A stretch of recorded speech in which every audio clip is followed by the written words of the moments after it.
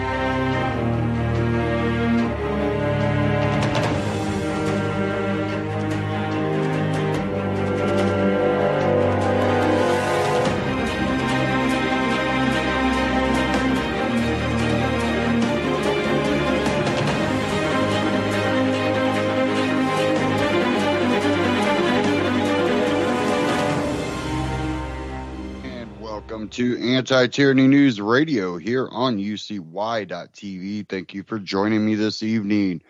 We're going to dive into the latest militarization, remilitarization of local law enforcement.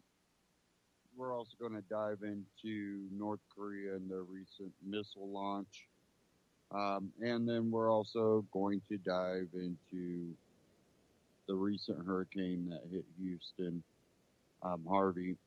And it's just made second landfall today near the Louisiana-Texas border there.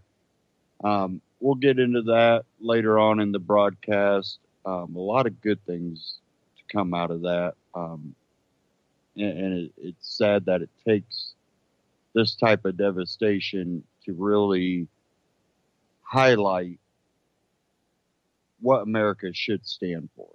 But we'll get into that later on in the broadcast. I kind of want to start off with this new executive order that Trump signed. I have an article here from CBS News. And this is what gets me is I see a lot of alternative media that were on the, liberty, freedom bandwagon or the Ron Paul bandwagon that are pretty silent on the issue of this executive order because they've decided to back Trump no matter what he does. But this needs to be called out because we, as the libertarians and people, constitutionalists, have pointed out that this goes beyond. This is turning people that are supposed to be peace officers. We've already created this police state with them, and instead of trying to fix that and reverse it, we see a step forward where now law enforcement are able to have tanks basically on the road. That's a military, and if something gets to that extent, that's what the National Guard was for. Or before it was the National Guard, the militia. But why does that not work? Well, the militia, they didn't like the militia too much because that just meant you and me, and in times of emergency, the state would be able to go, any willing and able person, come to the aid of whatever state you're in. And you would be under the direction of the government. But, well, it would make it really hard for the government to call up its citizens to police themselves in a way that goes against their freedoms. Um, that and then the ability for the federal government to be able to have more control over a militia, they decide to make it more, National Guard. So now it's National Guard. No, it's supposed to be state guards. Each state has its own militia guard, not national. National only when that state agrees to go along with what the feds want to do. So that was one point where you took that militia away, but it's still the National Guard. If things get out of hand, the governor is able to call up the National Guard. Well, when you have a law enforcement that have an inflated ego or a superiority complex, they want to be the ones to do it. They don't want the National Guard. They want to be able to go in, full force, and not need to call the National Guard in.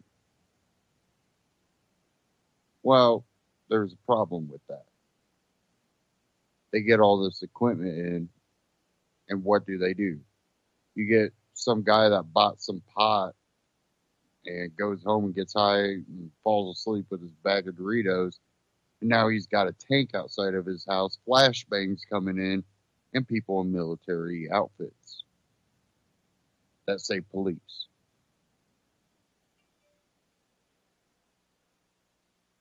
So, man, I've been getting news updates all day.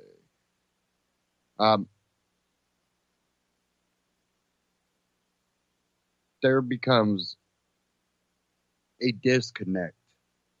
Now they are no longer peace officers. Now they are agents of the state. And Supreme Courts have ruled that they're not required to help you. So then who are they there to help? The state. And one very small thing that Obama ever did that I could have agreed with was taking away the ability for law enforcement to just go buy or get free military gear. I understand, if they wanted to get bulletproof vests, okay. You want to get outfits for bombs in case there's a bomb, okay. Most of them already have assault rifles. Okay, you need new guns. Ammo. But there is no need for rocket launchers. Really, there's not much need for grenades even when it comes to flashbang grenades. They use these flashbangs like they're going out of style, like they're a firework. Like they're playing a prank on someone. Throw a firework. That they flashbang people. They don't need a flashbang. And we also heard about the baby that flashbang went in the window. Wrong house. Sorry.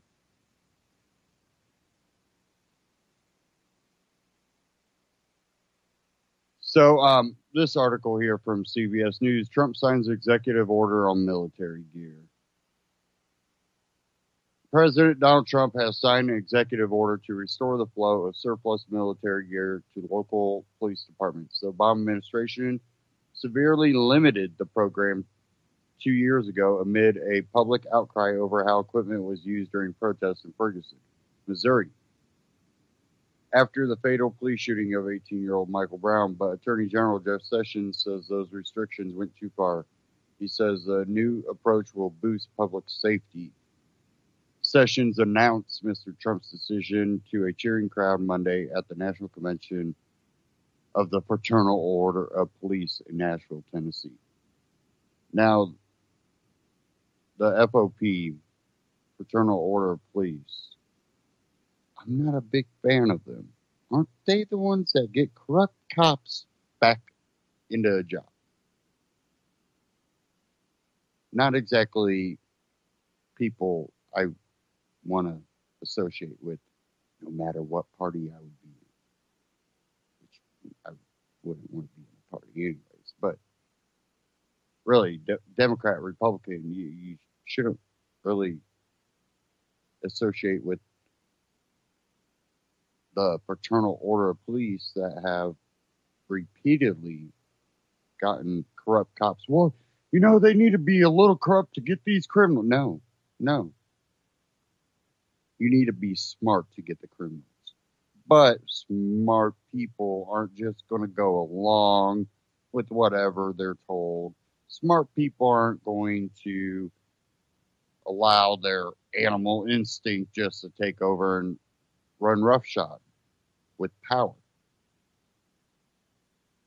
Says, quote, these restrictions went too far. We will not put superficial concerns above public safety. We will do our best to get you what you need, said Sessions at the event.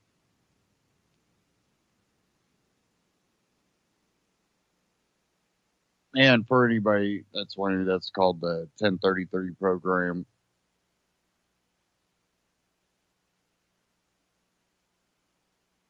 And that was from CBS News.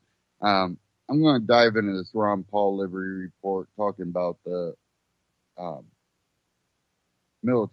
militarized police. And a lot of people have brought up, we got Antifa and we got the, Nazis and the KKK and, all these groups that are committing violence. And this is what their answer to, well, we'll just turn the police into a military and we'll just treat it like a war zone. Well, if you notice, a lot of times that these pop off in a major city or a school, university. They always pop off where people don't have the ability to defend themselves. Charlottesville, exception. But again, you had all the wrong sides there. And I still think it's fishy that, the guy that worked for Obama is the one that organized the so-called alt-right. That I think in itself is pretty telling. But let's go ahead and dive into this Ron Paul Liberty Report. I understand people concerned about Antifa, but don't ask the government to do it. We know what happens when that goes through. You end up having a government that has more power, and then guess what? Democrats will get in power again. You think all that military gear, when the Democrats are in power, is going to be there to protect the conservatives from Antifa or a radical arm of Black Lives Matter?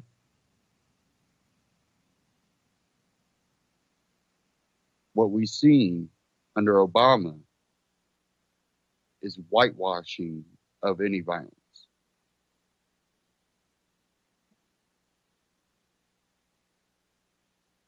So I would really caution, just because you believe your side is in power now, it's not a good reason, because that may only last us 4 years. And look how violent the left has gotten. But here we go, Ron Paul Liberty Report.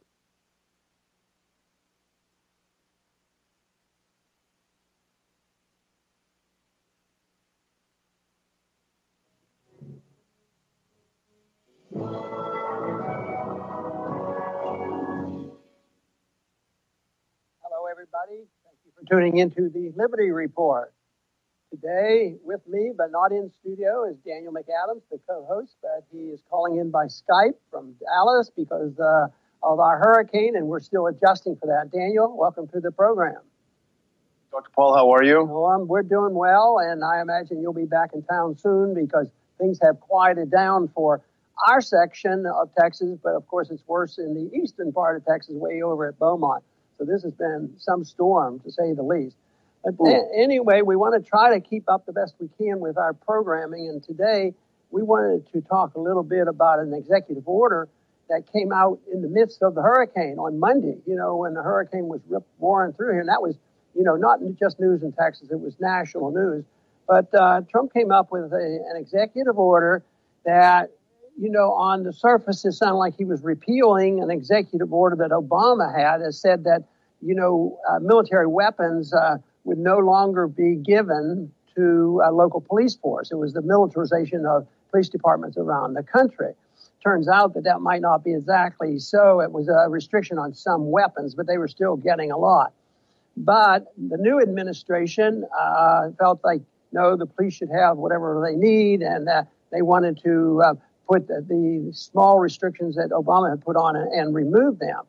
And this, of course, was carried out with enthusiastic support from Jeff Sessions, and he expressed himself by what he thought about it. To me, it looks like he's ecstatic about this. This is a big deal, and he's just really enjoying all this idea of transferring weapons. But, that invites a lot of questions about, is this a good idea? You could start off with the simple question, is this the proper way to support police departments under our Constitution? Was this ever an intent to have a police force that was, really being more controlled than ever by the federal government? I would say no, and it should end there, but that's not the case. It goes on and on.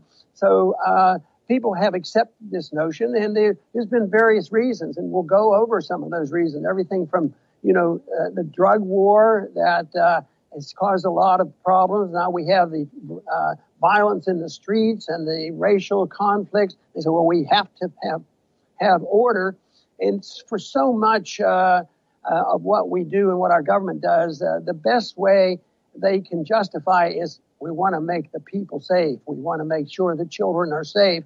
And, of course, we should protect our police officers, which is a justified assumption. You should do it. But the big problem is how do you do it? What's the best method? Are you following the rules? Are you really accomplishing what you want? Or will militarized police actually do more harm? Because we read and hear of so many stories where the police overreact. And maybe it's a psychological thing as much as anything. When you're well armed, maybe you're a little bit more aggressive in using these because they figure, if I bust into this house or someplace, there's so little they can do to us because we have all this power. So there's probably some malinvestment in that the money and the resources go in the wrong places. So these various things that changes when we militarize our police, especially by taking U.S. government military equipment and passing it out around the country. And right now, it seems like there's very little resistance to this, except for the few in the Congress and in the Senate that are speaking out against it. Yeah, Dr. Paul, you got it right, actually. I know this probably won't surprise many people who follow this, but this whole problem has its roots in the drug war. It started in about 1990, and the justification at the time was if these drug lords have got big military-style weapons, then by golly, our police officers have to have them too. So the vehicle for beginning the transfer was, and here's another shocker, it was the NDAA, National Defense Authorization Act of 1990, that enabled the transfer of weapons. At this point, it was just small arms from the military to the police to help them achieve parity with the drug lords and the big drug dealers. This went on for a while. There was a little reform in 1996, but as we know, reform usually means making it worse. So in 96, they passed another authorization, Section 1033, which had actually expanded it and allowed them to transfer not just weapons, but other equipment, tanks, rocket launchers, all of these crazy things we've seen. So yes, it does have its roots in another failed federal government policy, the drug war. Right. And and what's going on now that catches the attention of all Americans, it seems, and that has to do with these conflicts in the inner city. There for a while it was only terrorists coming from foreign countries, but finally people paid attention to the statistics that there were some people who fall into that very loosely defined category of terrorists but they never came from foreign countries. Most of the time they came, from the United States. But now we have another problem, and that is the civil strife maybe leading to a civil war, for all we know, between the alt-right and the cultural Marxists. I mean, and this is very real, but it's not a reflection of the people of the United States. I just don't believe that this is spontaneous. Can you believe that could happen some other way? I think there's bad money behind it. I think it's orchestrated. I think there's a lot of false flags, and I don't think you can believe any story that you hear from either side. You have to have bad guys from both sides, both from the alt-right and the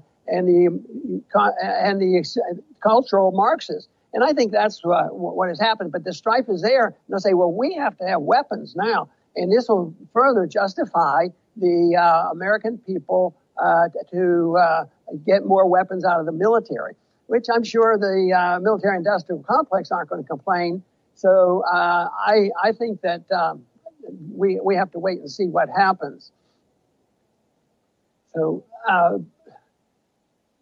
but I think right now our Skype might be down, but I think Daniel will be back with us in just a minute. But I'm sure this problem that we have with a militarized police, it is an attitude. It's a psychological attitude that thinks that this is perfect, and it's an attitude that what is the government's role? And everybody wants to be safe, but our government and our Constitution was designed to give perfect safety and security.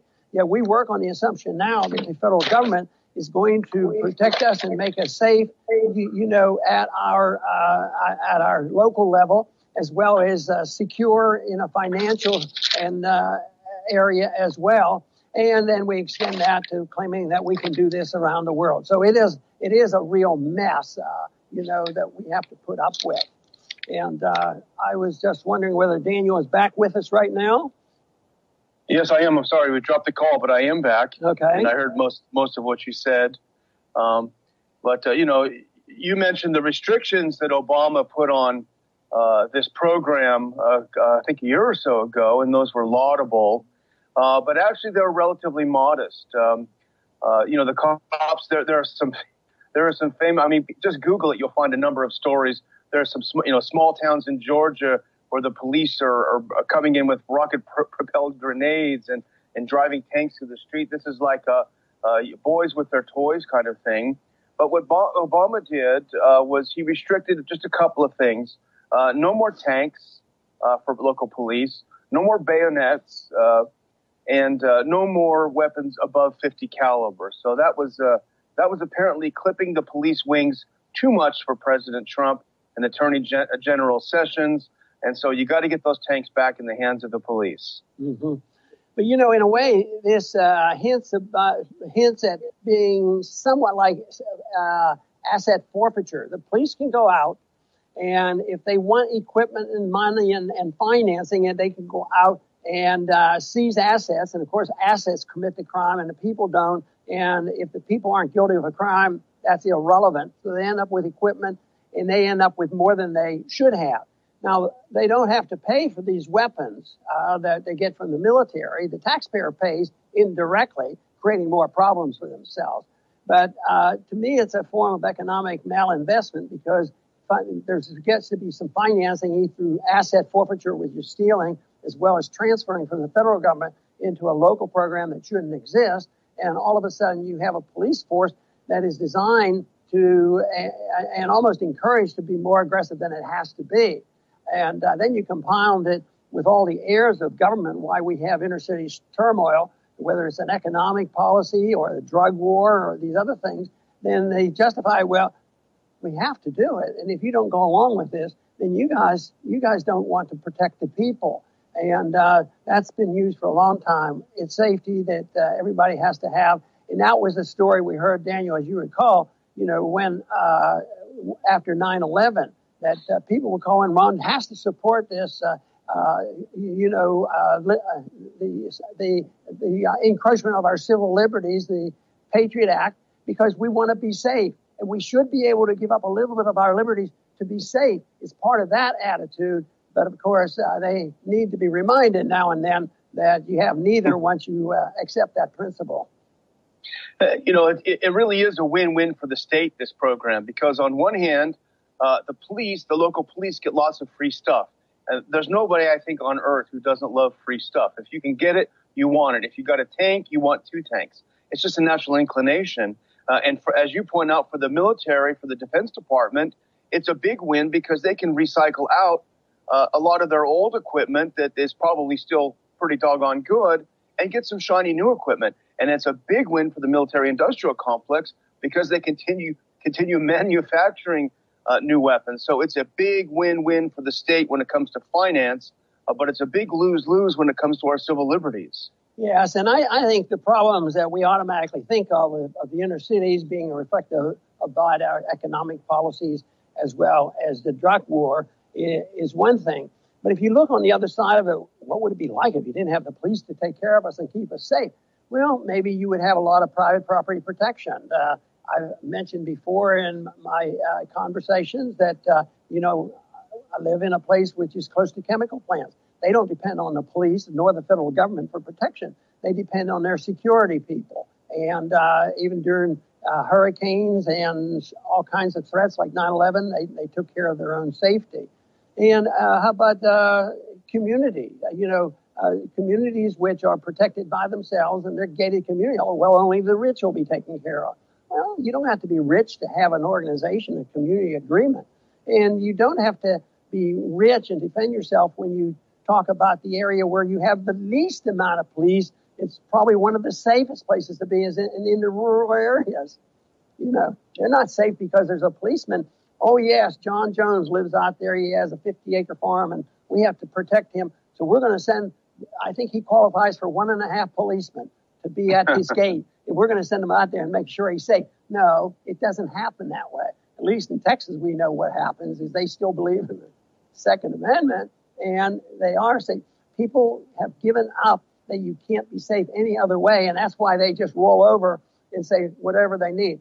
But even with that said, I think you probably saw, Daniel, there were a few groups, civil libertarian groups, that came out on our side of this, just looking at it on civil libertarians.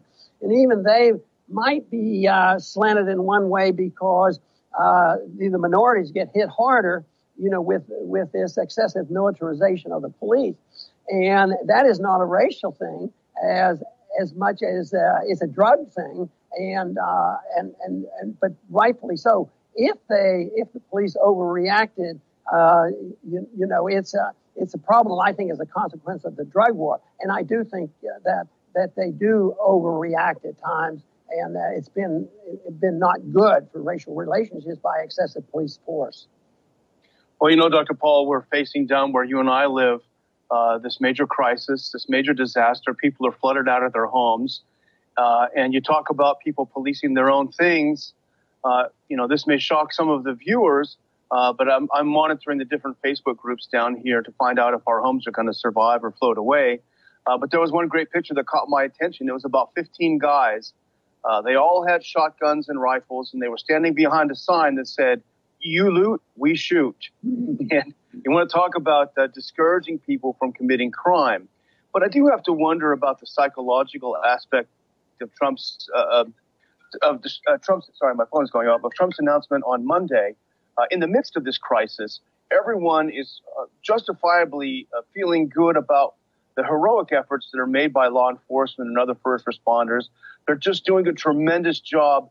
They're in the water. They're rescuing people. And it's almost like he's trying to piggyback off of that to put in something else that's completely unrelated and sort of, using and abusing people's feelings of goodwill right now.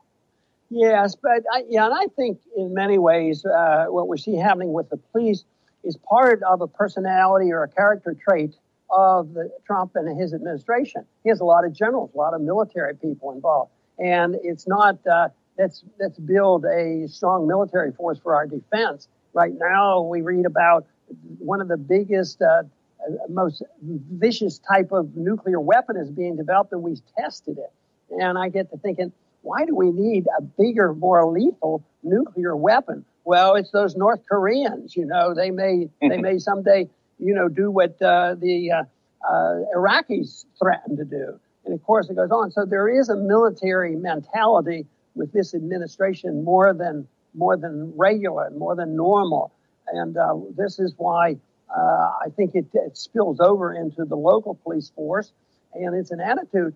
And of course, my theme that I've talked about for so long is that the economic turmoil that's coming due to our economic system, as well as the failure of our foreign policy, is that we're going to have more crises like this, and there's going to be continuation of the National Defense Authorization Act of arresting Americans without civil liberties. We're going to have the Patriot Act, and it's constant, lose all our privacy. So that's really the big war that's going on. But I think the weaponry is symbolic of it because, you know, the more turmoil there is and the more challenge there is to the government, the more the government cracks down on us. And just look at it, you know, we're having a program soon in September about whistleblowers. That is what governments can't stand, really. That, you know, the most dangerous man there is to a government is the person that tells the truth. And of course, we want to honor and further understand, you know, the whistleblowers that will come and tell us and try to put the big picture together. And this issue of militarizing the police, I think, is part of that big picture, but it's probably just a small picture of the direction of our country.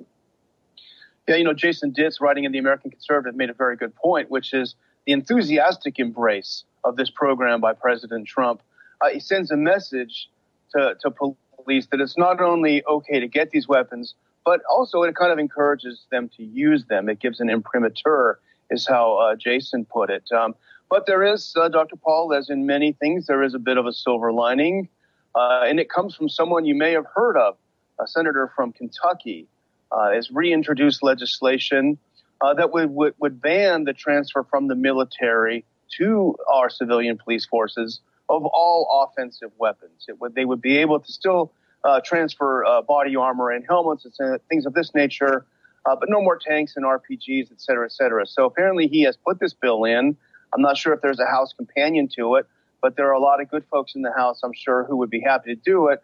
So there is something that we can do to fight back, which is to look at these bills and read them and embrace them and talk to other folks about them. Yes, and I think that's what we always should do, is look for the positive side of it. And the positive side is that there's a lot of people who are looking for the truth and the information of what we can do about it. And for me, it's ideological, and ideas have consequences. The ideas of liberty and non-aggression and non-intervention really answers the problems that we have. But people have to accept the notion that you have to have self-reliance and take care of yourself. If you accept those responsibilities, you know, it can work into a pretty good society, even with the problems, because you know, the nature of most human beings is gracious. That is, they will help their neighbors. And even though there was some looting in this recent hurricane, there was a lot of good people out there helping them. People came from other states to help. So I think there's the goodness of people out there, too. It just seems like the special interests just love to stamp that out, you know, and mock, you know, about, oh, yes, if you don't want to go to war, you're a weakling and you don't care, that sort of thing. But no, I think I think there's a lot of people out there, and of course, those are the people we're trying to reach and try to get information that is valuable and always seeking the truth of the matter. Daniel, do you have a closing comment or a quick goodbye? Well, my quick closing is I hope to get back to Lake Jackson soon. I am now looking at maps, looking for a road that I can drive back, praying that our houses are okay. And I want to thank you, Dr. Paul, for sticking around and watching out for things for us down there in Lake Jackson. And very good. And I want to thank our viewing audience today for joining in. And it's a little disappointing that the programs aren't as smooth as they have been, but we're going to be back in order. But the important thing is we hope we get a message out that's worth listening to. Thank you very much for tuning in. Come back soon to the Ron Paul Liberty Report.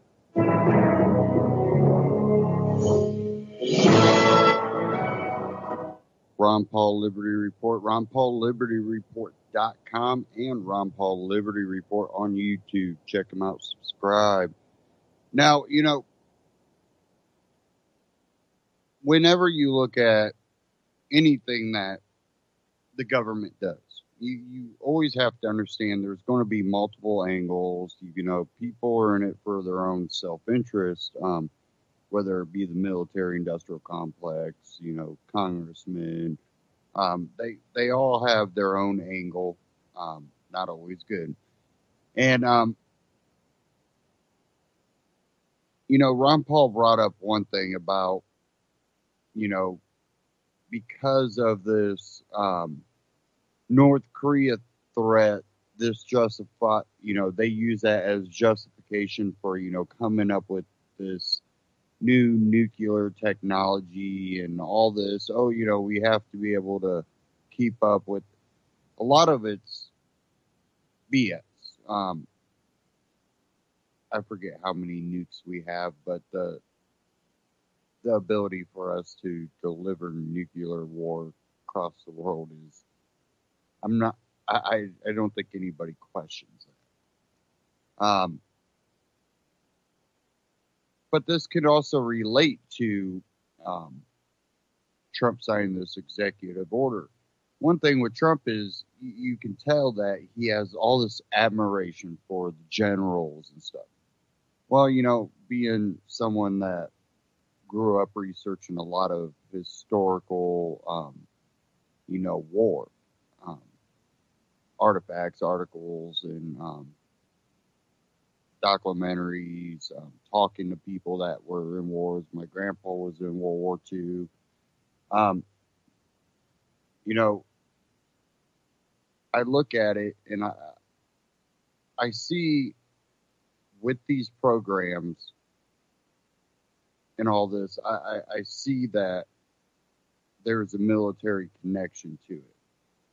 And, Trump has all this admiration for all these generals, but these generals are not the generals that, you read about in a history book that they had, a moral sensibility about them, but also that military mindset. You hear a lot of stories from World War I, World War II, of some of the worst conditions, the worst social construct, somehow humanity would come out. But in later wars and from then on, it seems to have diminished. I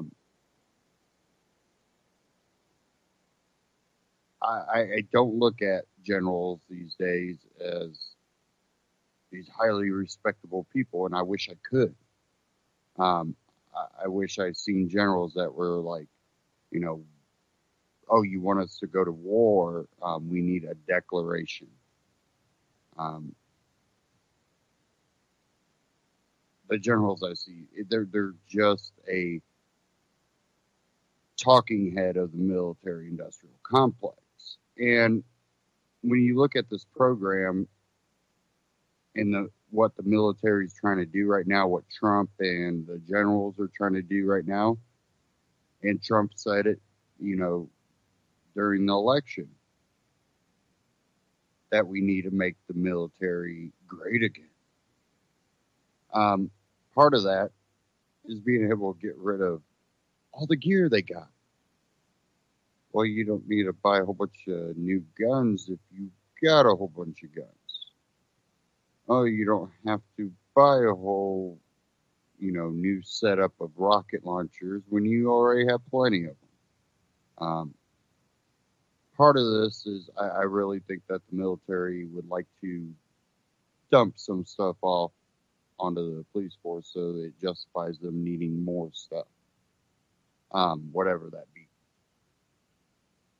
And people are like, well, just because they can get a rocket launcher now, do you think a police department's going to get a rocket launcher? I think it's New York. Don't they have rocket launchers? Something that, is also referred to as the nuke tube. It's basically a grenade launcher on the bottom of a rifle. Well, now police forces don't feel they need to throw the flashbang or anything through the window. They got this cool attachment.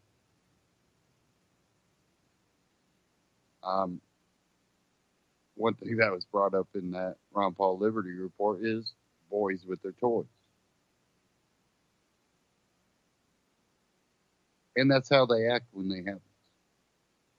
When they get all this equipment, they act like boys with their toys.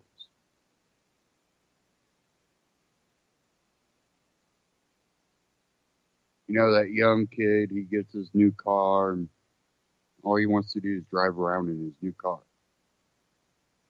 When they get their new tank, all they want to do is drive around in their new tank.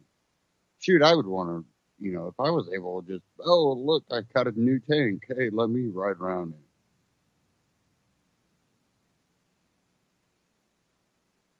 But they also have this arbitrary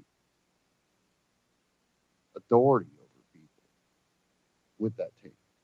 If I drove around with a tank, guess what? I can't tell people to pull over. I can't surround someone's house. But they can.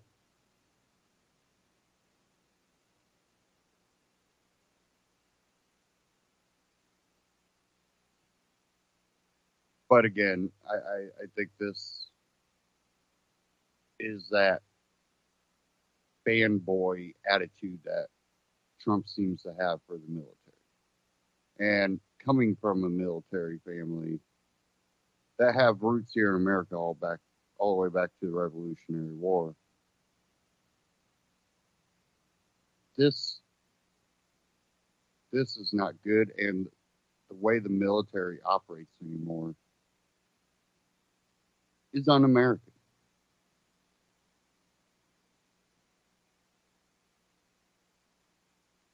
But anymore, if you look at the youth coming out of high school compared to 50 years ago, their IQs are a lot lower. They don't have any critical thinking because they don't have enough knowledge to critically think anything. They're the most vulnerable. And then you tell them you'll pay for their college. You'll give them sign-on bonuses. And when they get in, they're shot at, make crap for money. And again, you have kids leading kids on the battlefield.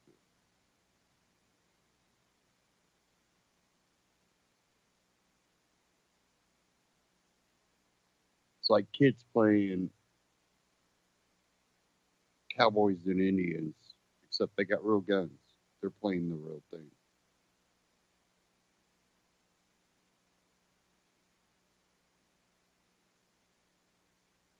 Now, before we get into North Korea and then Harvey, I do want to get into one thing that kind of relates to a lot of what's going on with the protests, which I think are very organized protests, and what they're trying to accomplish and what the left has definitely been trying to accomplish. I'm not going to play this whole clip. This is from Stefan Molyneux. But I do urge people to go watch the whole thing, or you can just listen to it. Stefan Molyneux. But it's titled, They Want to Shut Down, or Why They Want to Shut Down Free Speech. So here we go.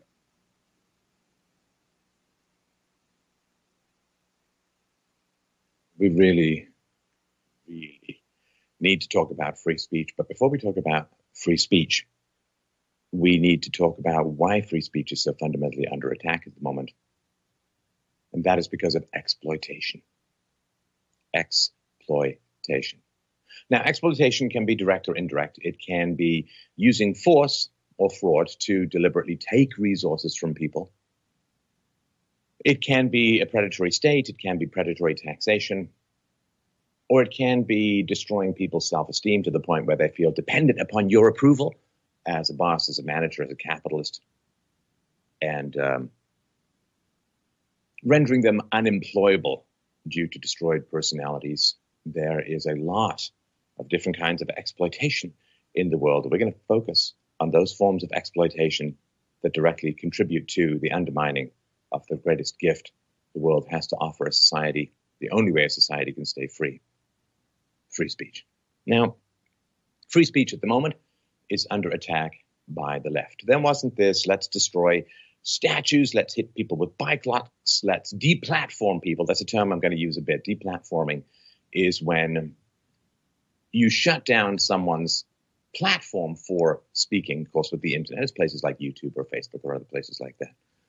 You shut down someone's platform for making an argument rather than rebutting the argument. Or you try to dox someone. Or you try to find their employer and tell terrible tales about them to their employer. And you attempt to shut down their capacity to have a platform upon which to speak, or from which to speak, rather than rebutting their arguments. This happens, of course, across the web. It also happens in speeches. You know, when you blow whistles, when you pull fire alarms, when you scream so people can't hear, when you make all of these horrible interruptions and obfuscations of someone's words, rather than rebutting their argument. This kind of stuff was not happening when Obama was in power. People weren't being deplatformed who were on the left. There weren't statues being torn down. There wasn't all of this stuff going on. So right now, the threat to free speech is coming from the left. In history, at times, it's come from the right. Right now, the pendulum is on the left. And this is a real shame. It's a real shame, particularly with the right as it stands right now. Because looking at the left and looking at the right, there's so much that is agreed upon. There's so much that is agreed upon. The left have this caricature of the right, that the right is somehow defending or likes the system that is, and the system that is has something to do with the free market, which it doesn't. There's so much that the left and the right agree on. It is really tragic. It is what has been described in academia, the fights are so vicious because the stakes are so small, or what Freud referred to as the narcissism of small differences. So, yeah, the right, they hate the banks too. They hate the Federal Reserve. They hate government control of fiat currency by an ostensibly private corporation called the Federal Reserve, which has about as much to do with the federal government as Federal Express. The right hates terrible education. They hate vote buying. They hate national debts and deficits. They hate the disintegration of neighborhoods, of the family, of local support systems. There's so much that the left and the right agree on. But the left has been fed this caricature of the right. And the right is somehow conservatism means to defend the current system. No. The current, by definition, conservatism means looking deep into history for what you want to keep. If it's something new, you can't conserve it according to conservatism because it's new. So they're looking further back in time to a more free society, to a society where more progress was being made in the healing of social ills. The progress that has been made has been recently flat or negative in terms of closing any kind of gap between the rich and the poor, helping the poor out of poverty, helping blacks out of poverty, helping Hispanics out of poverty. All of that progress, which was occurring in the post-Second World War period, has been arrested or has declined. So there's so much that the left and the right, and by the right, I don't mean the Republican Party. You know, I mean, Trump was elected to take on the Republican Party as much as he was to take on whatever other group he talked about. So this is the great tragedy, that there's so much that the left and the right agree on that it takes a lot of propaganda to get the left to hate the right. Now, one of the things that's told to the left is that exploitation is a class thing. You can't exploit if you're poor. You can't exploit. You have to be rich to exploit. Like you have to have power to be racist. Like it's a way of excluding and excusing any negative behavior from the poor. But exploitation, in reality, is not a class thing. It's not a class thing. There are a lot of people who exploit the workers. And workers are not just the poor. There are workers who are productive at every economic level. It's not just the poor. Lots of people exploit those who produce more than they consume within society.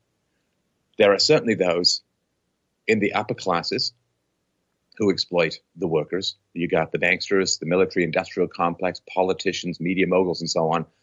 But there's more than that. There is exploitation that comes from the poor. The idea that the light and dark sides of human nature, the angels and the devils on our shoulder, the idea that evil is only confined to a particular group of people and everyone else is an angel, is deranged. You understand? I mean, the dividing line between good and evil in the human heart goes all the way across cultures and genders and races and classes and nations and religions, you name it. We all have the capacity. Milgram experiments showed this very clearly. You know, Milgram experiments, where there was a guy in a lab coat who told people to shock someone into learning something by applying more and more electrical shocks. It was all sort of made up, but they didn't know that. The participants, vast majority of people, will turn it up to a sign clearly labeled, danger can kill someone, if they're told. So it is not a class thing. Exploitation can occur among the rich, among the middle class, and among the poor. So sure, lots of rich people are exploiters of the workers, and some poor people are exploiters of the workers as well. People who are on welfare, people who are working for the government, doing rather useless things or interfering with the productivity of others. Government teachers, some single moms who are heavily dependent on welfare. Women as a whole, according to some studies, take out far more in benefits than they will ever pay in taxes. That's exploiting, you understand? When you're taking out more than you're giving and you're threatening people for non-compliance to deliver you the goods, well, you're exploiting. And those who use the power of the state to take money from hardworking people and put it in their own pockets, they're exploiting. And that is not just a rich thing. That goes all the way. We're all tempted by free stuff, you understand? Our desire for free stuff is what makes us so great and so terrible. Because we want free stuff, we don't want to walk across town to have a conversation, so we'll work really hard to have phones and cell phones and Skype and whatever, right? So we don't want to get up and change the channel, so we'll have remote control. We're lazy, so we work very hard, so we get to work less. And our laziness is the root of our technological genius as a species, but it is also the root of exploitation. We want stuff for nothing. We want stuff for nothing. And the group that as young leftists in particular, the group that you've had most exposure to in terms of exploitation are sometimes single moms and teachers, particularly female teachers, since most teachers are female these days, particularly for the young, and academics. Academics are extraordinarily exploitive of the working classes. We'll get to that. We'll get back to that. So the question you always have to ask when there's a big new movement is why now? Civil War statutes stood for over 100 years. Free speech was not under this kind of assault under Obama or Bush or Clinton. People on there. I used to go and give speeches. No riots. So why now? Why now? Why is this happening now? Well, it's happening now. And you may not be aware of why the heat is being turned up under you and why you are being filled with anger and hatred, right? I mean, it's really, really important. There are cowards out there who don't want to go and get their free stuff themselves. They don't want to expose themselves for the parasites that they are. So what they do is they find impressionable young men and women, particularly men, and they fill them full of hatred against those who the parasites feel may interfere with their free stuff. And then they send them out there as shock troops to make sure that free stuff keeps coming. So there's a reason why things have been turned up right now. Two things have happened. Number one, governments around the world, particularly in the United States, they're running out of money. The governments are running out of money, and we have a free market guy who's not particularly beholden to special interests in the White House. And that is a very, very powerful thing that has happened. Government is running out of money, and there's a guy who likes the free market who's in the White House who's not bought off by special interest groups. Now, the goal, given how many people are dependent upon the state, given how many unfunded liabilities, like well north of $150 trillion, unfunded liabilities of the U.S., given how many people are dependent on the state.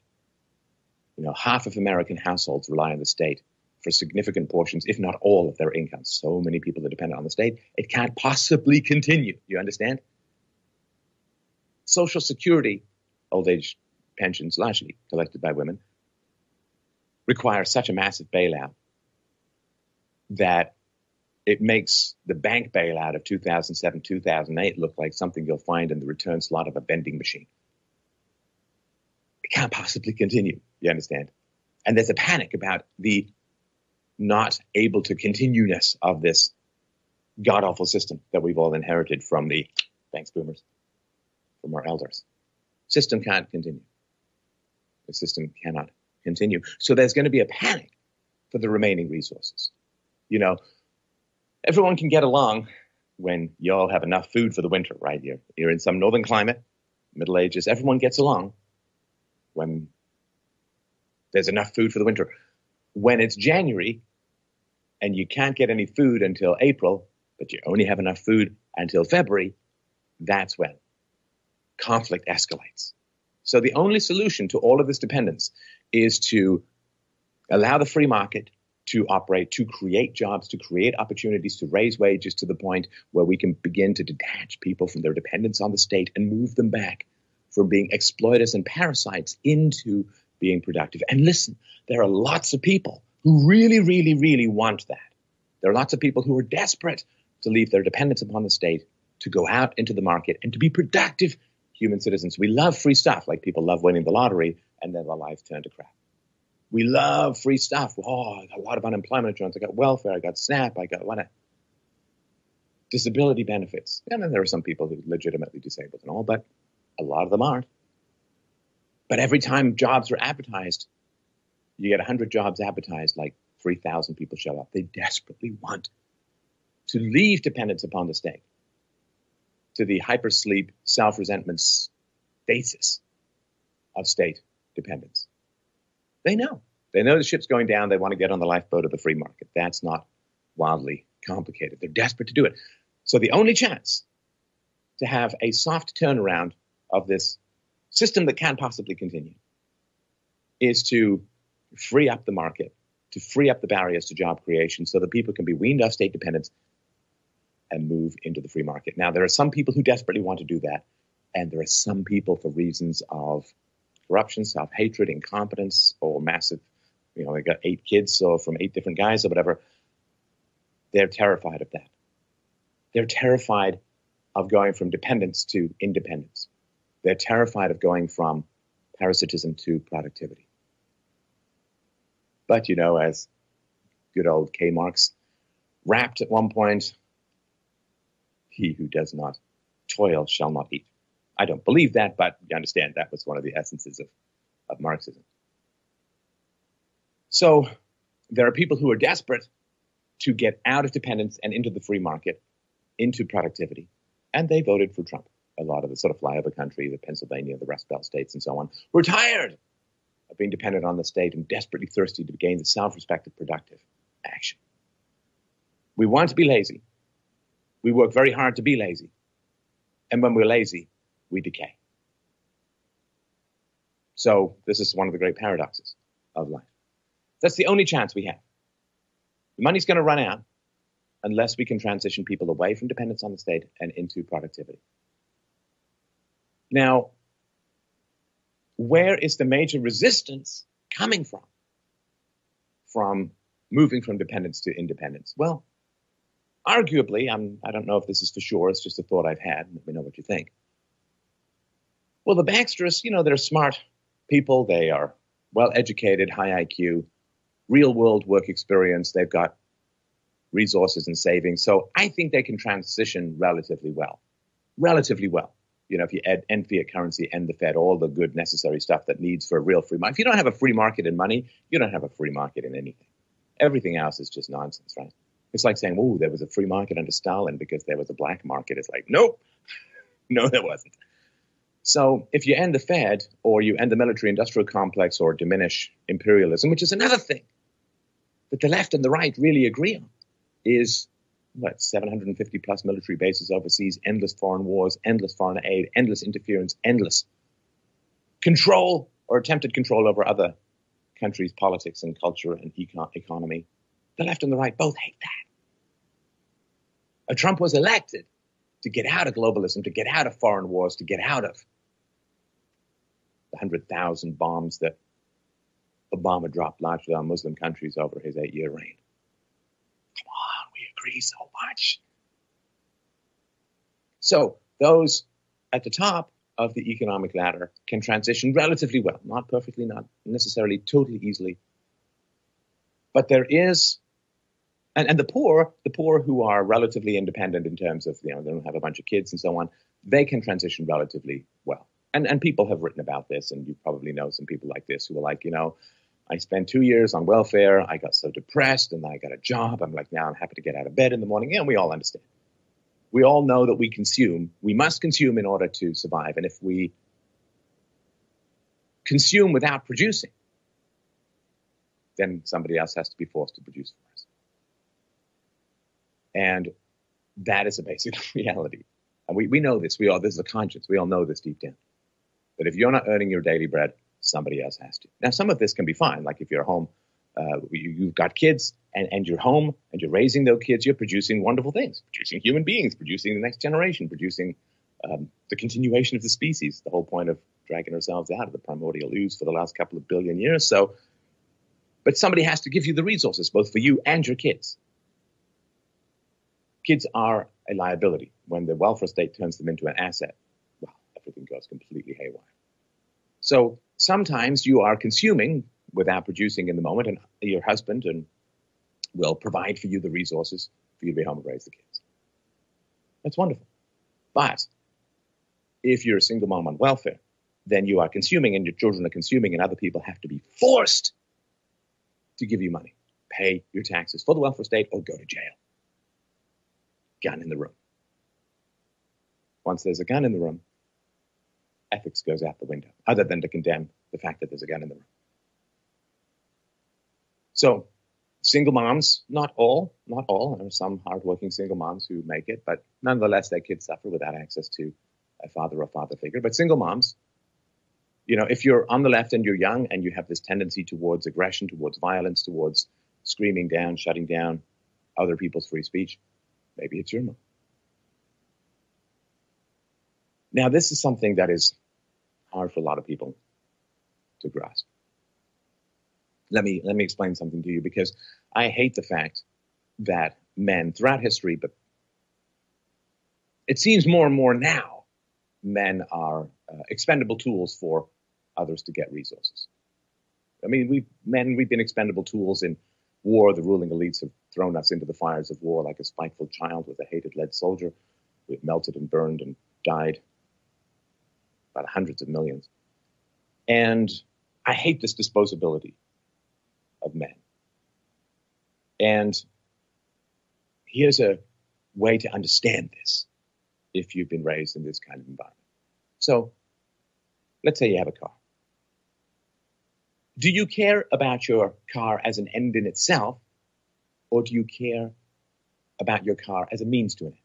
In other words, do you care about your car sitting in the driveway looking pretty, or do you care about your car as a way of getting you somewhere? Do you care about your car more, or do you care about your destination more? Now, other than a few Seinfeld-Leno car freaks, most of us care about the destination more than the car. Car stops working, you junk it, you get another car. If you can't get a car, I didn't grow up with a car, I didn't get a car until I was in my 30s. If you don't have a car or can't get a car, you take a bus, you bike, you walk, you hitchhike, whatever. Because the goal is your destination. The transportation is a means to an end.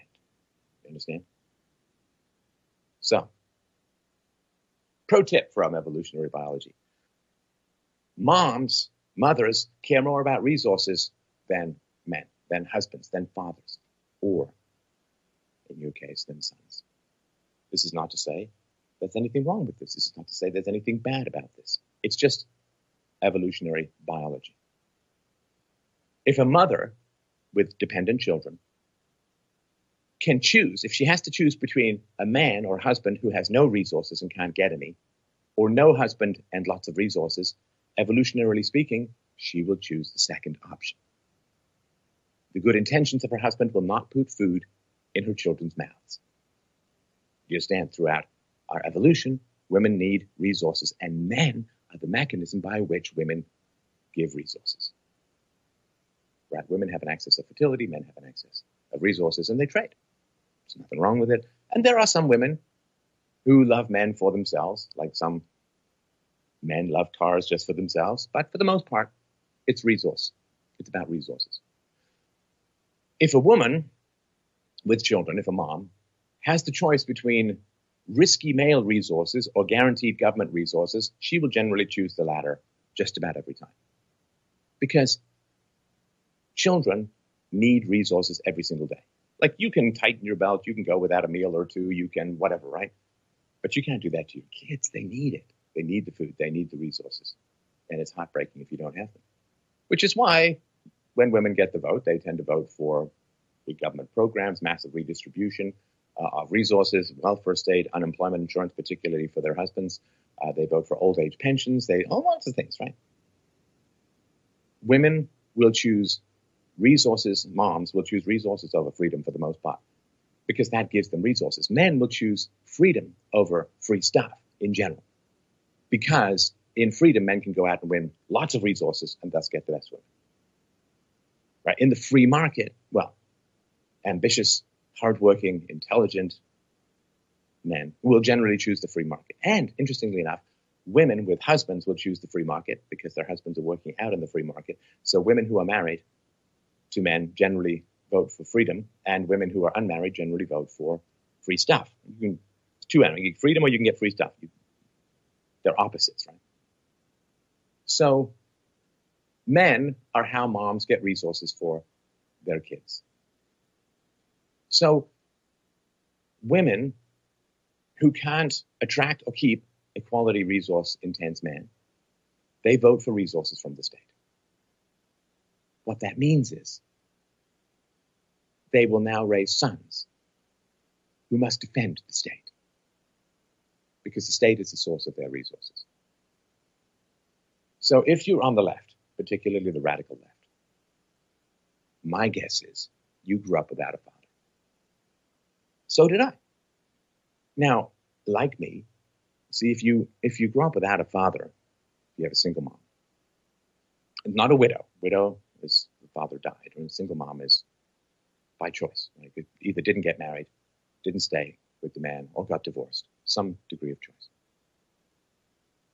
If you grew up in a single mom household, you also didn't just see your own father, you just didn't see fathers at all. Because when you grew up in a single mom household, you kind of fall down. You know, it's like throwing a rock into the Mariana Trench, the ocean, right? It goes down.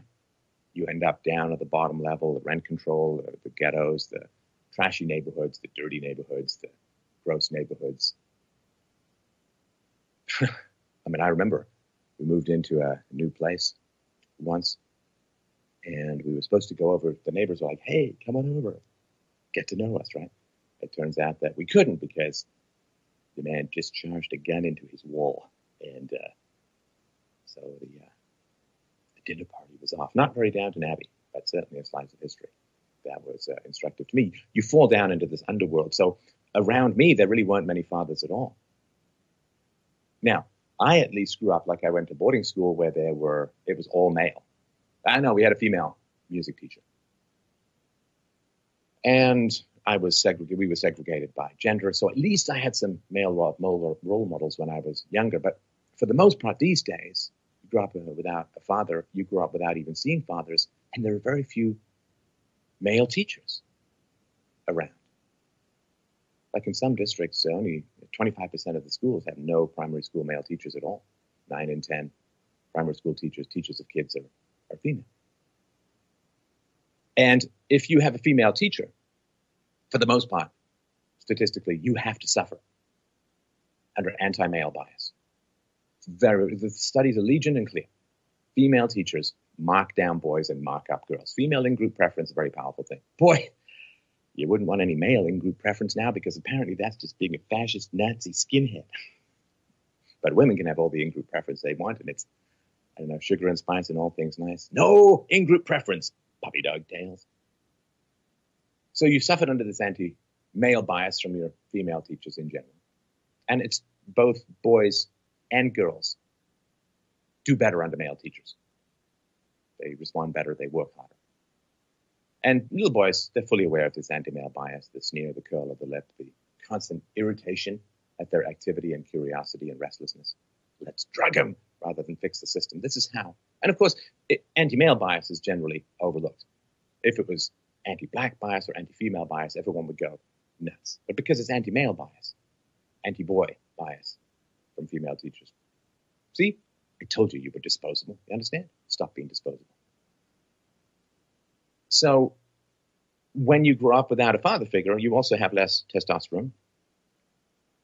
We all understand. You say, oh, well, women need mentors. Women need examples. We need to show all the women who were involved in computing so women know that girls know they can get into computing. When it's funny because we say that girls need all of these mentors and these examples. But apparently boys don't need fathers or male teachers at all. See? Disposable. You're the livestock for the vain and the greedy. So you grow up without a father as a boy, a lot of times you don't have an identity, so you live for approval. You live for approval. You're desperate for approval because you grew up with conditional love. Now, sometimes if you grow up without an identity, without a masculine identity, and you live for largely female approval, you will beat and maim, attack, scream down just to get approval, but you don't have to. That's how it's supposed to work. If you give babies unconditional love, which is what babies deserve, they then grow into children you can truly love. They grow into brave, courageous, intelligent, interesting, curious, empathetic, wonderful children that you can actually love. Unconditional love is a seed. It grows the crop of conditional love.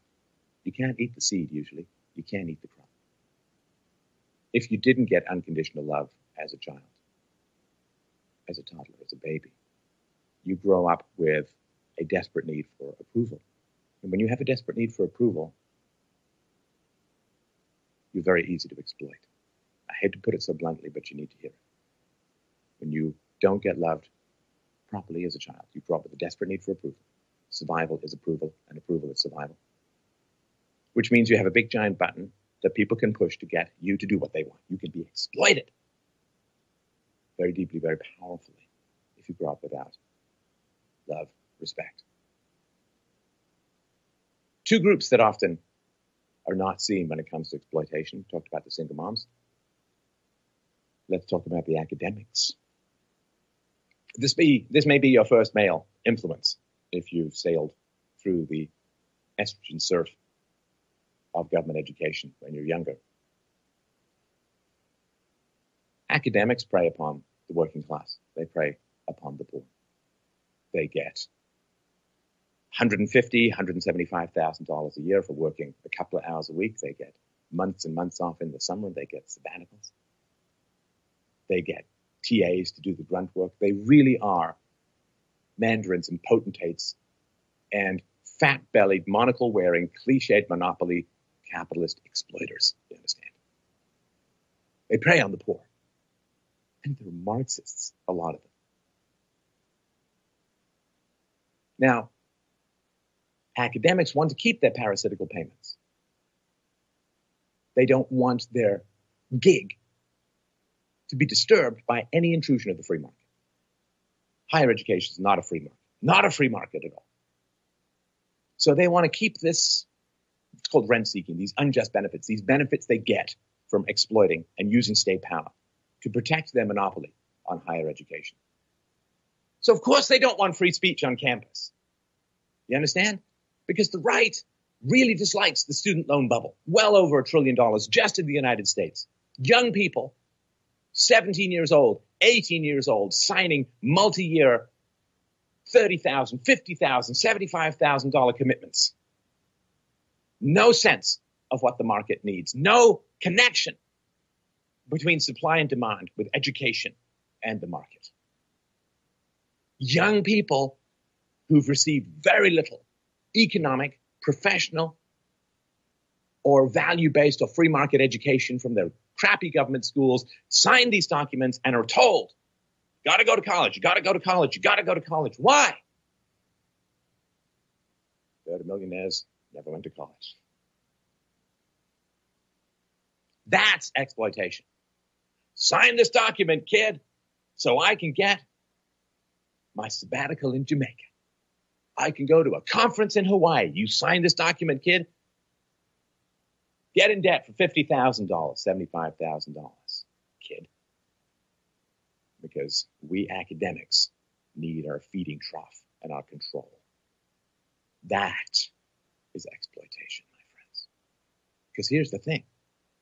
You know, or you should know, that at least in the States, other places too, you can't ever get out of these student loans. You can't declare bankruptcy and get rid of them. Why? Why? You can declare bankruptcy if you're a rich capitalist.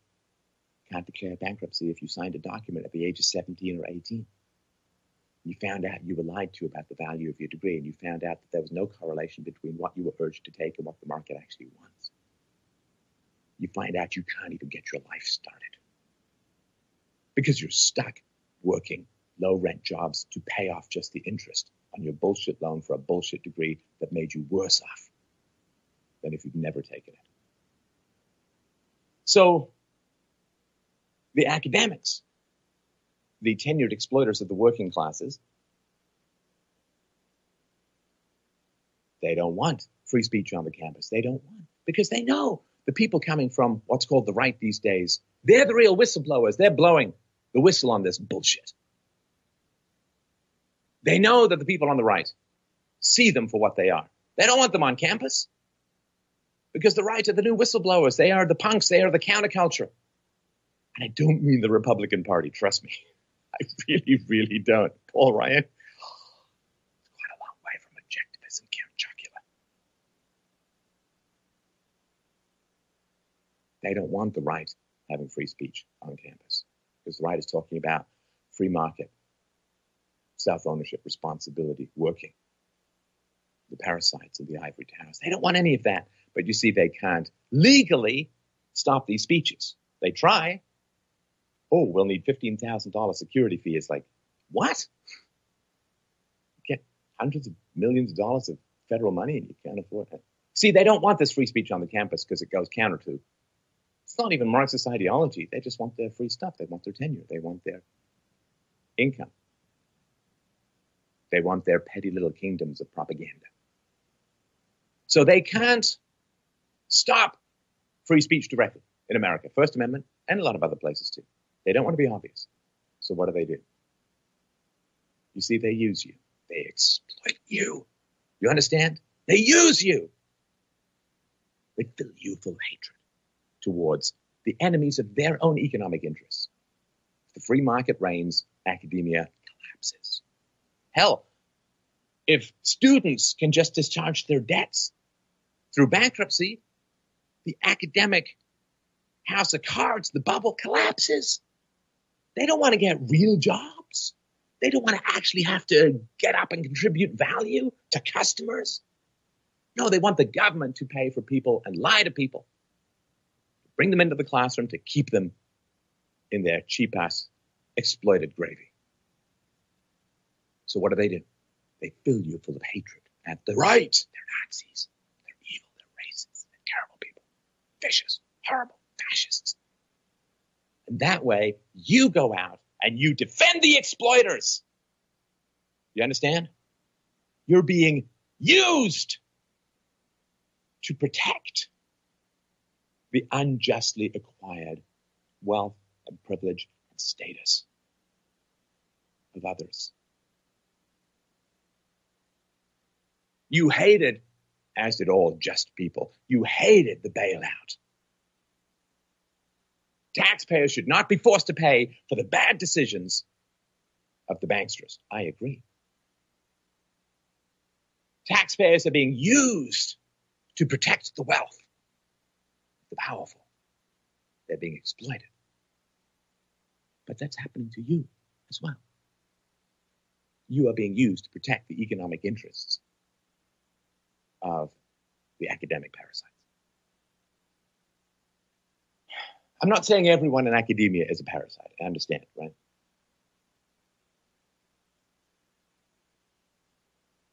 I am going to stop it right there. Check out the rest of that. Stefan Molyneux, why they want to shut down free speech. And now, I was talking about the military earlier, and how they coerce these young kids into the military, and how our definitely public school systems have pretty much gone down the shitter. And the IQ level compared to generations ago, I dare someone to look up, let's say 1920s academic work for, let's say, eighth grader. If you look at what an eighth grader was doing back in the 1920s, the level at which that would be today would be, depending on who you ask and what state and school system you're in. Of course, I'm not in school, so I don't know what the Common Core has done nationally, but you basically looking at 12th to college level work that used to be taught to eighth graders. So we bring the IQ level down and we encourage them more into either the military or college, which then, like he talked about, you get this enormous debt, which I've been subject to this. I've had that enormous debt, and I was someone that I was going to school and I'm like, I'm not learning anything. And I was someone that I was never a great student or nothing, because I self-taught myself. I researched things. They thought because I wasn't doing my homework, well, he might have a learning disability. When they tested me, I ended up testing 2 grade levels ahead of myself. So I looked at it and I'm like, that I'm wasting money. I'm getting in all this debt and I'm not learning anything. And I end up dropping out. One of my best friends finished. We both hold the same exact position at the exact same factory.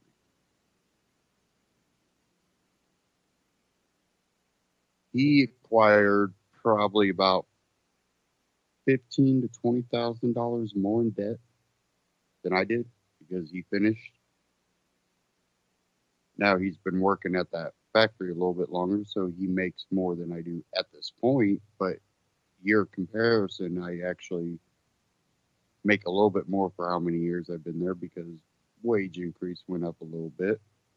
But again, we're in the same position, same factory. He finished, I didn't. Reason we're in the same position is our capabilities and our ability to learn, and the knowledge we already possess is the reason we have our positions, not a degree.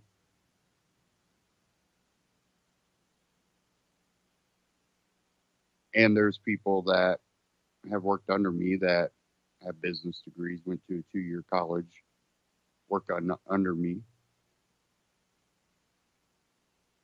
And what I found out too, in my years of being a supervisor, not only at this job, but other jobs, managers, supervisor positions, I tend to fire more college graduates than I do high school graduates. Ones that just graduated high school, went out and worked, or maybe even had a kid and started working. They understand responsibility. Now, I know a lot older people than myself that went to college and they learned responsibility in college. They had a lot. Apparently, it's not the same college that we went to. Definitely, what I went to, but more importantly, if you're in your 40s or 50s or 60s, the college you knew doesn't exist. Because what I've experienced has been college kids that really have no actual knowledge, no work experience, because, well, now they just give loans out like they're nothing, and, well, you can basically live on your school loans.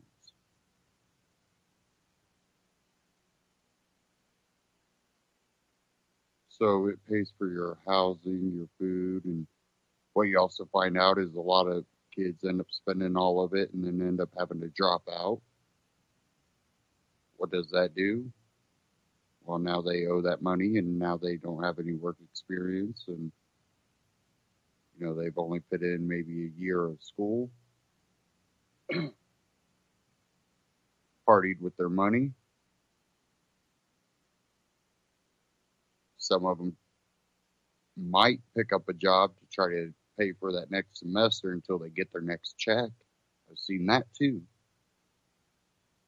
Watch one guy work for 2 months till he got his next school loan check.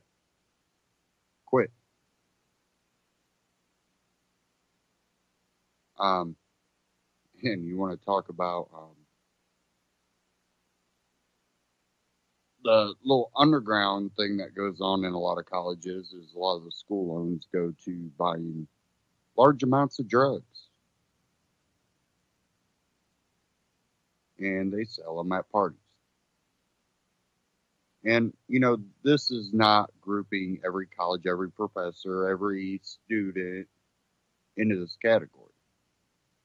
But this is a broad look at what I've noticed. Well, a lot of times what I've also noticed in the past probably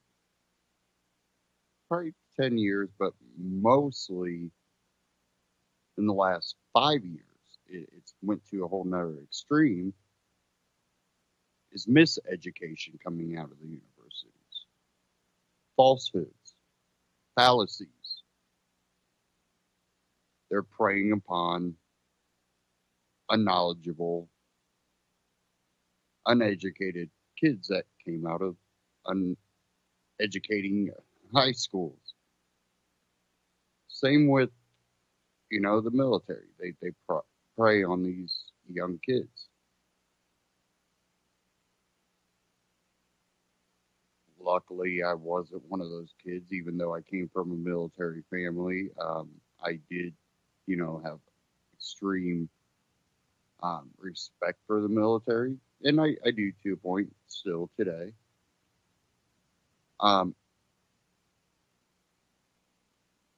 But again, I was self-taught, and I ever since I was a little kid, I absorbed as much information as I could, and by the time high school was ending, I had already kind of come to the conclusion, I don't think that we should be doing these things. You gotta realize, after 9/11, I really I felt like I needed to protect my country, my family, my neighbors. But I also knew that there's just something not right. We go into Afghanistan, what happens? We go into Iraq afterwards on falsehoods. And we know that we weren't told the entire truth about 9/11. And us going into Afghanistan wasn't going to solve the problem.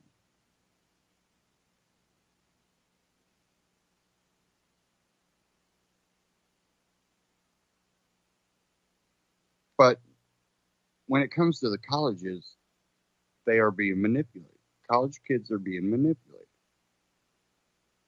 Free speech hurts that manipulation, that brainwashing. They don't want counter ideas that undercut what they're trying to push. And if they were pushing something that was true because of evidence, because of history, true history, they wouldn't need to bring down free speech. Because, well, you know, you can listen to some dumb ideas, but if you're smart enough, you see them as dumb ideas or dumb or misinformation, miseducation.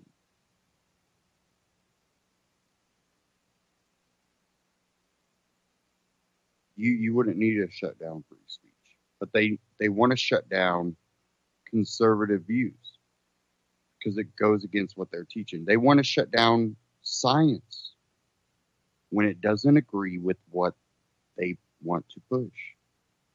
You're a climate denier. You got other professors going, no, actually, I got, you know, a master's, a doctorate in this and this and this and this. You know, the one professor that called out Bill Nye on TV.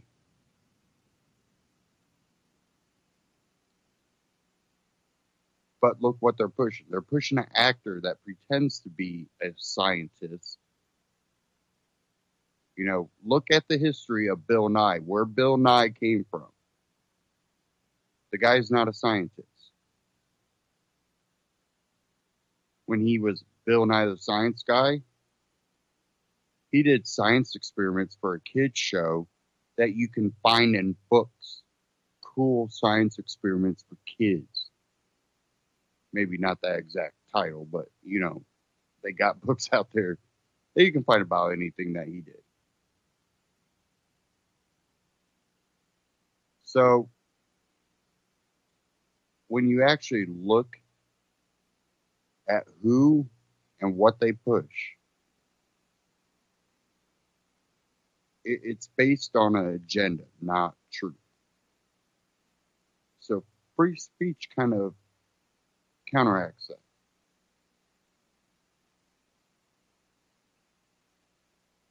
And they'll always go to the dirtiest of the dirtiest of free speech to condemn one side. They'll go, oh, look, yep, Nazis and the KKK, they're with the Republicans. We gotta censor conservatives, even though those groups are not conservative groups. They're not alt-right either. Look at their history. Again, fallacies are being pushed. And there's enough of, you know, the young population that have a cognitive dissonance to reality.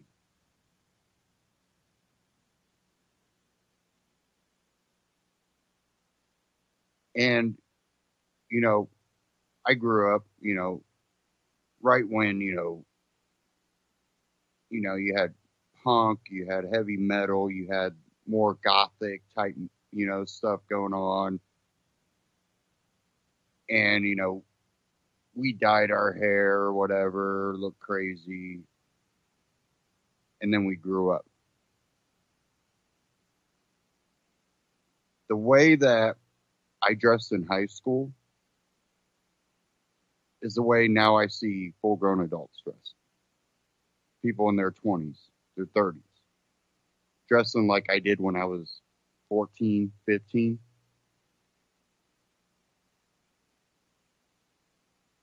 And, you know, that doesn't bother me. But, you know, dress whatever you want to dress. You always have your people that want to be noticed. And that's fine. I don't care. I don't care that they dress that way.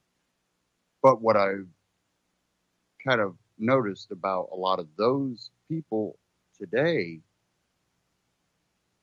is that them dressing like I did when I was 13, 14, well, their understanding of the world would have been like if I was 13, 12, 10. And I never realized, you know, I heard older people talk about, you know, oh, that stuff's easy. I did that in 8th grade. I'm thinking, well, I'm in 9th grade, 10th grade, and 11th grade. You did this when you were in 8th grade? Oh, I did that when I was in 7th grade. Oh, and they go, well, they're really dumbing you down. Well, I didn't realize that until I was, around 16, 17, how, you know, how dumbed down they've really made the schools. And now that I'm older, it's so evident. Because things that I take as common sense are not relevant today for the younger kids. They don't understand it. And, for years I've been talking about it, and other people have brought up, the dumbing down of America. Common Core brought it all back to the surface again. But Common Core is still around. Where's Trump on that? We desperately need to take back control of the education of our children.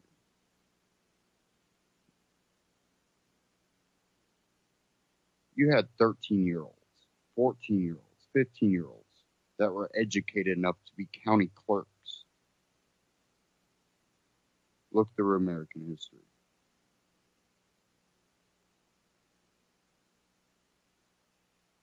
We couldn't get college kids that could be a county clerk without more years of being taught how to be a county clerk. It's kind of sad. You shouldn't be able to go through that many years of college and still have to be trained to do a job. That's what the college was supposed to be. It's like, well, you should have just came straight from high school here and we would have taught you how to do all this. But no, you had to spend, 40, 50, 70, 100,000 on all the school and then come here and have to be trained. Now, I still think, a lot of it, I wouldn't want a surgeon that I don't know has had the proper training. So I think, there are still needs for advanced education. But first, we need to work on educating the kids before they even need that advanced education. And if they were taught like that today, most kids would not be dumb enough to go to college in the state that the universities are in today. The state of the universities today would not exist if it wasn't for the dumbing down of the youth. Now, I want to cover North Korea real quick, and then we'll end the show with Harvey, the hurricane, tropical storm, and it'll be a tropical depression before too long, hopefully. North Korea launches this missile. It flies over the north part of Japan, sends warnings off. Now we have the United Nations Security Council all up in arms. Trump didn't come out the way he did when Guam was threatened. But what were we talking about earlier? Oh, yeah, they tested a new nuclear weapon. They also shot down did a missile shoot down test.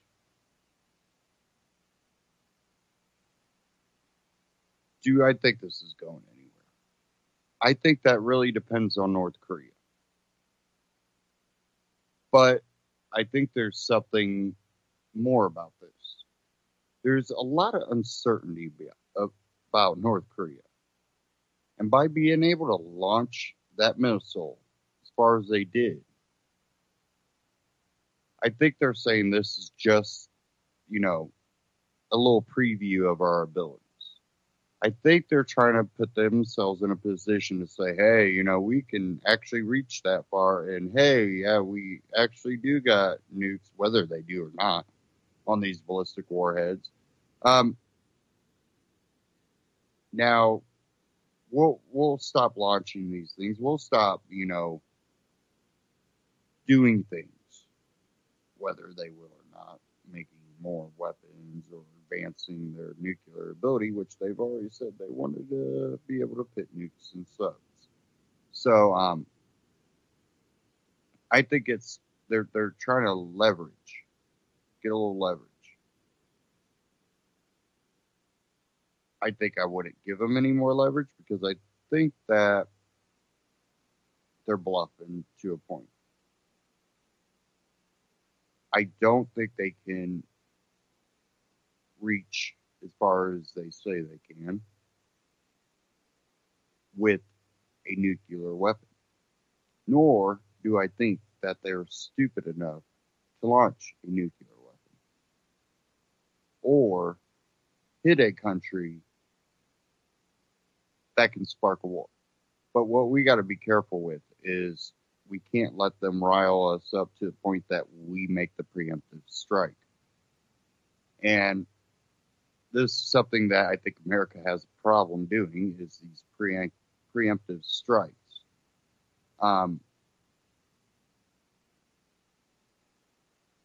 Whoever does the preemptive strike automatically loses China's support in the region. China has already said that whoever starts it will stand on the other side. I think that was a warning to America. Don't try to come in here and just bully countries over on this side of the world around. It's not going to happen.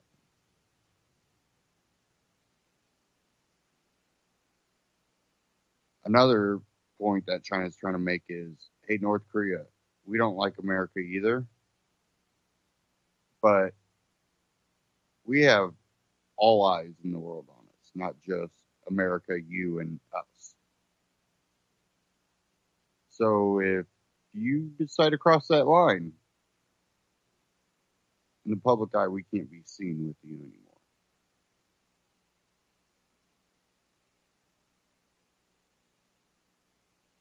Now,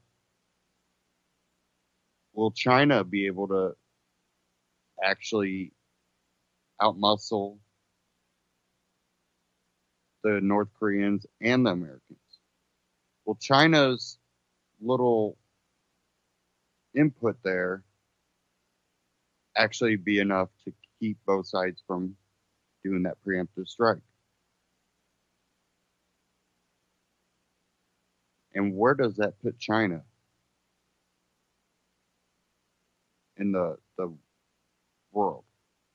That their words were able to stop two countries. One that's a radical, cut off nation, and the other one that's a radical empire.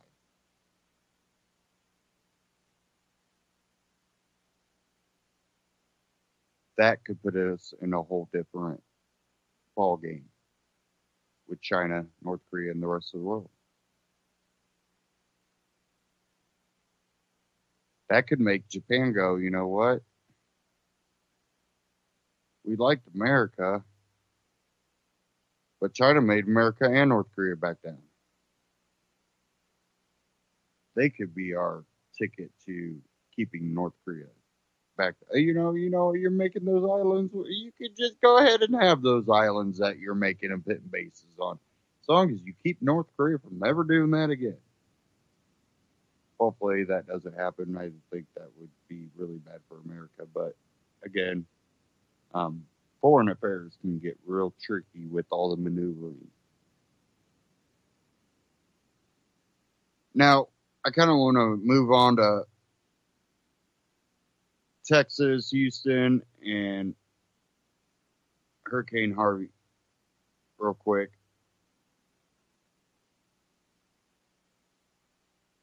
I think when libertarians talk about a free market, when libertarians talk about,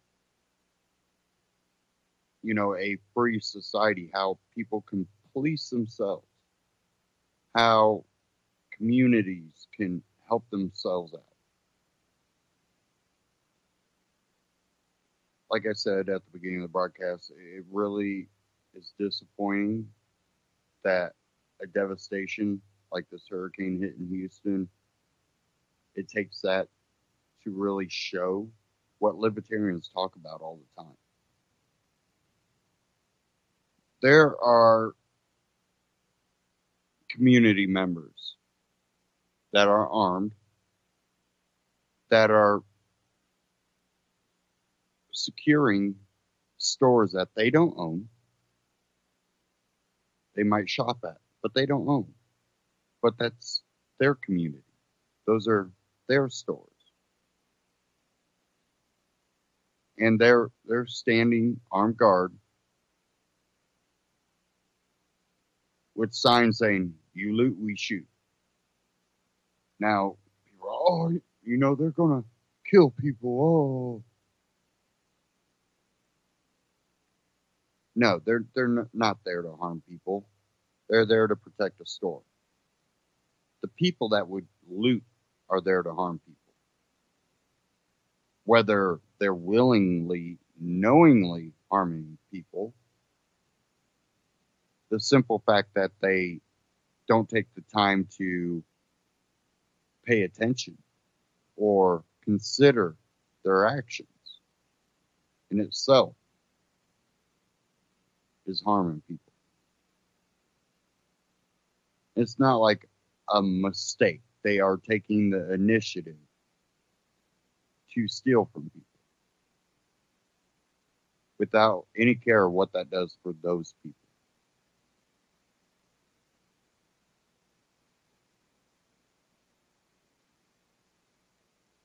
But the community members have stepped up. I think last time I checked, we were around, I would say 3,500 that the government has rescued. 3,000 or 4,000. It might be up to 5,000 people that have been rescued by government agencies. To put that in perspective, I know of 3 truck drivers and I think it was 1 or 2 boats that between them, as of this morning, them themselves have rescued over 1,000 people. Now think of all the other private groups or individuals out there rescuing people.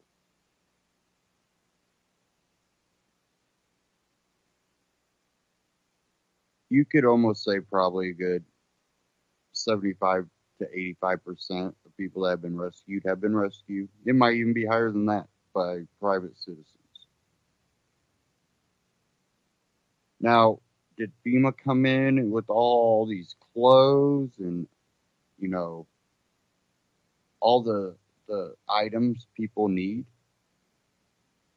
Oh no, that was private donation.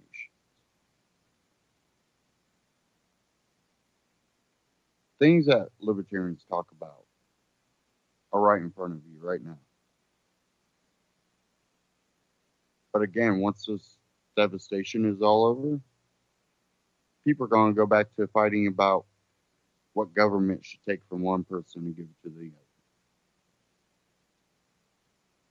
Or how government should, you know, dole out corporate welfare to extremely wealthy people.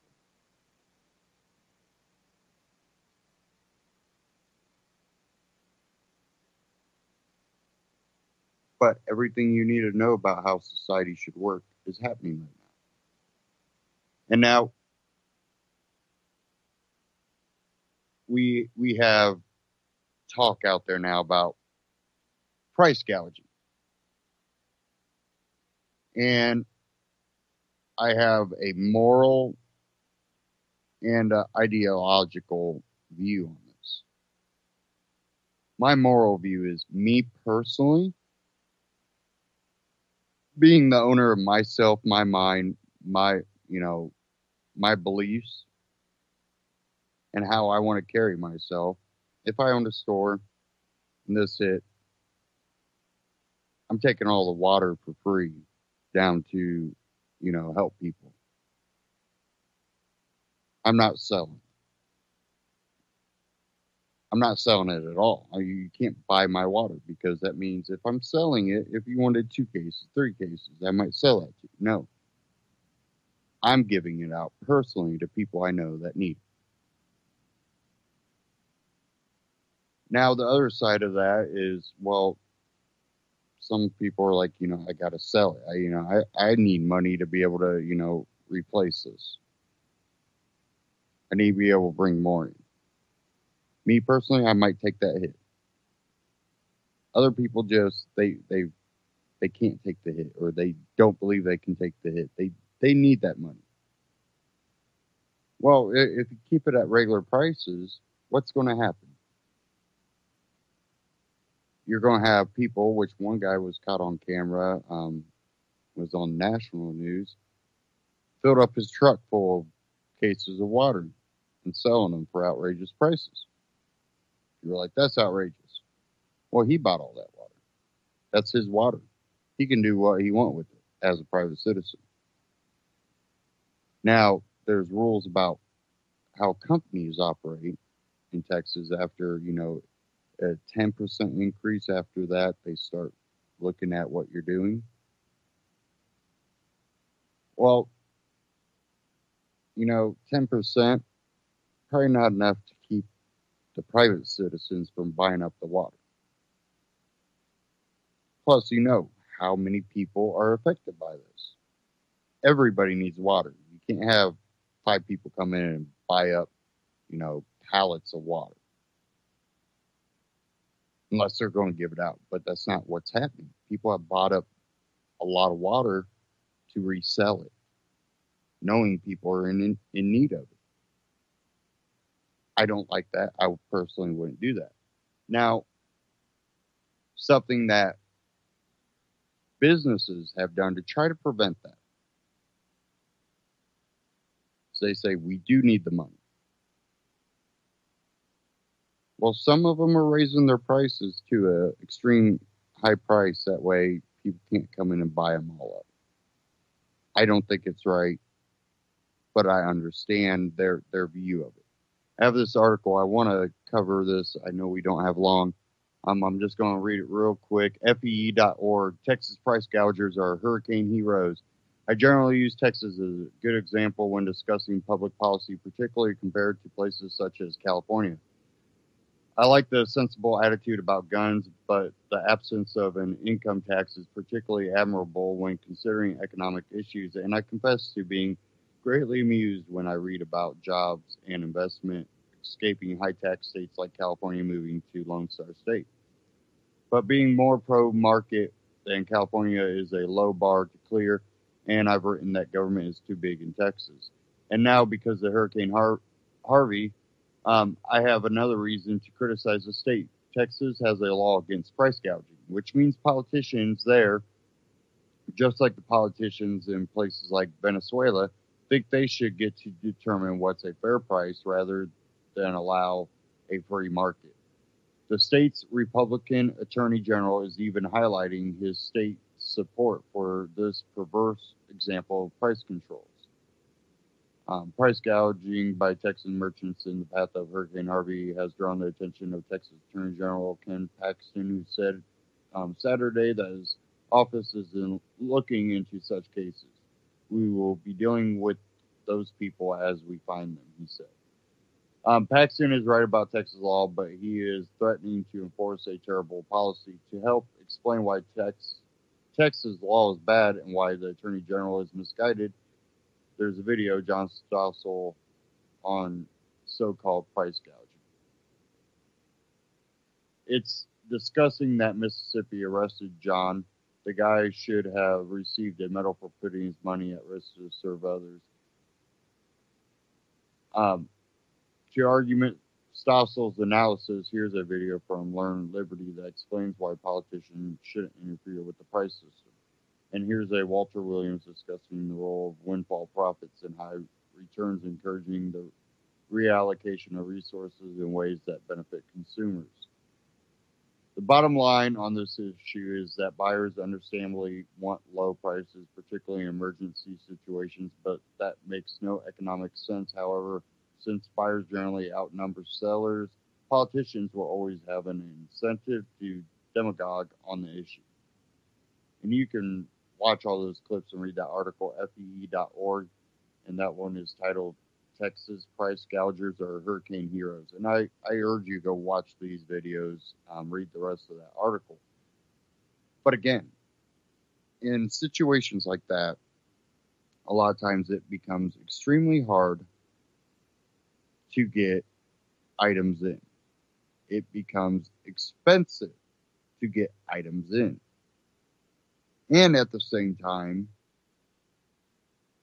you have some of the major oil refineries, the train switch that services almost all of the southern states is there in Houston, and one of the major ports is in Houston.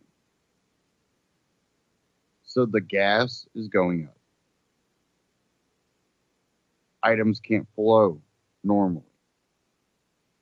All this increases what it's going to cost for people to get items into there. When you look at business, building supplies, water, gas, they got to get that stuff back in there. You want more gas at the gas station so you can keep the boats rescuing people. Guess what? Gas prices are going up because they just shut down the refineries. So there's a lot of arguments to it. Me personally, I'm giving the water away. I might not give all my items away, of course not. But I'm going to give essentials. Bread, water, lunch meat. Maybe not bags of chips. Not going to get the Doritos for free. You're not going to get the Hershey's bar for free, but you will get the water. You will get some bread and some meat. Maybe some fresh produce I have. It's going to go bad anyways. Let's get it out there. But, in all this, it don't matter about the price gougers because enough people are giving and donate and all that stuff. I think Americans will make sure other Americans are okay in this.